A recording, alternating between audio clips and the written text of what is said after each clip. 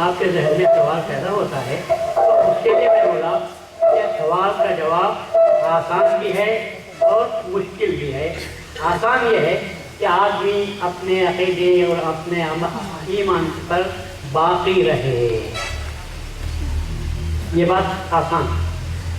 میں جب عمل کرنے کے لیے جاتا ہے تو اس کو کئی دشواریوں کا سامنا کرنا پڑتا ہے۔ تو ایسی صورت میں آدمی اپنے آپ کو محبوس سمجھتا ہے، یہ سمجھتا ہے کہ میں کیسے زندگی بسر کروں گا۔ اس میں انسان کو ایمان کے اظہار کی طاقت دلیری کے ساتھ کرنا چاہیے، وہی سب پنپ سکتا ہے۔ جو آدمی اپنے ایمان و عقیدے پر پکا ہے، اس کے اظہار پر اس کو ہمت حاصل ہے، جرأت مندی کے ساتھ وہ اپنے ایمان و اعتقاد کو ظاہر کرتا ہے، تو وہ آدمی پنپ سکتا ہے۔ لیکن جو آدمی ایسا ہے عقیدے کے اظہار میں دلمل ہو جاتا ہے، یا تو خود اس کا اعتقاد دلمل ہے، یا وہ لوگوں کے سامنے یہ سمجھ کر ظاہر نہیں کر سکتا کہ اگر پلٹ کر سوال کریں گے تو میں کیا جواب دوں گا۔ آج ہمارا مہذبی اکثر اسی دوسرے قسم کا شکار ہے۔ آج ہم باہر جا کر اگر مثال کے طور پر کسی کے پیچھے غیر مہذبی کے نماز نہ پڑھیں تو فوراً ذہن میں سوال پیدا ہوتا ہے کہ اگر پوچھے وہ کہ کیوں تم نے الگ نماز پڑھی، ہمارے پیچھے نماز کیوں نہیں پڑھی، تو ہم کیا جواب دیں گے؟ جو آج کا قوی ہے، دلیر ہے، تو صاف کہے گا میں مہذبی ہوں، ہمارے امام نے سوائے مہذبیوں کے دوسروں کے پیچھے نماز پڑھنے سے منع کیا ہے۔ یہ جواب کا مثبت انداز۔ ابھی آپ کو یہ کہنا نہیں ہے کہ ہم مہذبی ہیں اور ہمارا اعتقاد ہے کہ جو مہدی موعود کو نہیں مانتا وہ کافر ہے اور کافر کے پیچھے ہم نماز نہیں پڑھتے۔ ابھی یہ کہنے کی بات نہیں ہے۔ آپ کو صرف یہ کہہ سکتے ہیں کہ ہم مہذبی ہیں اور ہمارے آقا نے ہم کو حکم دیا ہے کہ ہم صرف اپنے مہذبیوں کے پیچھے نماز پڑھیں یا تنہا نماز پڑھ لیں، لیکن غیروں کے پیچھے نماز نہ پڑھیں، اتنا آپ کہہ سکتے ہیں۔ اور آپ کو معلومات ہیں یا وہاں سے اور سوال ہوا کیوں، کیا بات ہے، کیا تمہارا مذہب الگ ہے، تو ہم کہہ سکتے ہیں کہ ہمارا مذہب لا الہ الا اللہ محمد رسول اللہ ہے۔ پھر سوال ہو تو آپ کہہ سکتے ہیں جب رسول اللہ صلی اللہ علیہ وسلم نے مہدی موعود علیہ السلام کے تعلق سے جو قطعی خبر دی ہے اس کو ماننا ہر مسلمان کے لیے ضروری ہے، اور جو شخص مہدی موعود علیہ السلام کو نہیں مانتا وہ دین کی ضرورت کی چیزوں سے انکار کرتا ہے، اور ہم اس کے پیچھے نماز نہیں۔ اگر کسی وہ ضد کرے نہیں آپ کچھ چھپا رہے ہیں تو آپ کو کہنا چاہیے نہیں صاحب ہم کچھ بھی نہیں چھپا رہے ہیں، ہمارا جو ایمان ہے ہم ظاہر کر رہے ہیں۔ پھر بھی اگر وہ اصرار کرے، حضرت ثانی مہدی رضی اللہ عنہ نے ہم کو تعلیم دی ہے، یہ بتایا ہے، ایک عالم سے بحث ہوئی، بحث ہوتے ہوتے جب وہ بات آگے بڑھ کر نماز پڑھانے کی کوشش کی، حضرت ثانی مہدی نے اس کا ہاتھ پکڑ کر پیچھے کھینچ لیا اور اپنا خود پڑھ کر نماز پڑھائی آپ نے۔ پھر جب پوچھا تو اس نے کہا کہ نہیں ہماری نماز تمہارے پیچھے نہیں ہوتی۔ پھر اس بات پوچھا کیوں نہیں ہوتی، تو حضرت نے جواب دیا کہ مہدی موعود کا آنا ضروریات دین سے ہے، ماننا آپ کا فرض ہے، آپ آگے چلے گئے، اس کے بعد اگر کوئی نہیں مانتا تو ہم اس کے پیچھے نماز نہیں پڑھتے، اس لیے کہ آقا نے ہم کو نماز پڑھنے سے منع کیا ہے۔ تو اس بات کہا کہ نہیں آپ ایسا نہیں بول رہے ہیں، آپ مہدی کو جو نہیں مانتا اس کو آپ کیا کہتے ہیں؟ تو ثانی مہدی نے جواب دیا میں کچھ نہیں کہتا، رسول اللہ نے جو کہا ہے ہم وہ کہتے ہیں۔ تو اس نے پوچھا رسول اللہ نے کیا کہا، تو حضرت نے فرمایا، رسول اللہ نے فرمایا من انکر المہدی فقط کفر۔ تو اس نے کہا آپ کہتے ہیں، تو کہا میں نہیں کہتا، رسول اللہ صلی اللہ علیہ وسلم کہتے ہیں۔ بتا اگر میں انکار کروں تو ثانی مہدی نے کیا اچھا جواب دیا ہے، تو تعلیم کا انداز ہے۔ آپ نے فرمایا بھائی تم اچھے خاصے عالم ہو، تم رسول اللہ صلی اللہ علیہ وسلم کی بات پر کیوں انکار کرو گے، تم ایسا نہیں کر سکتے۔ تو انہوں نے کہا کہ نہیں میں انکار کرتا ہوں۔ تو آپ نے فرمایا کہ اگر میں خود کہہ رہا ہوں آپ انکار نہیں کر سکتے،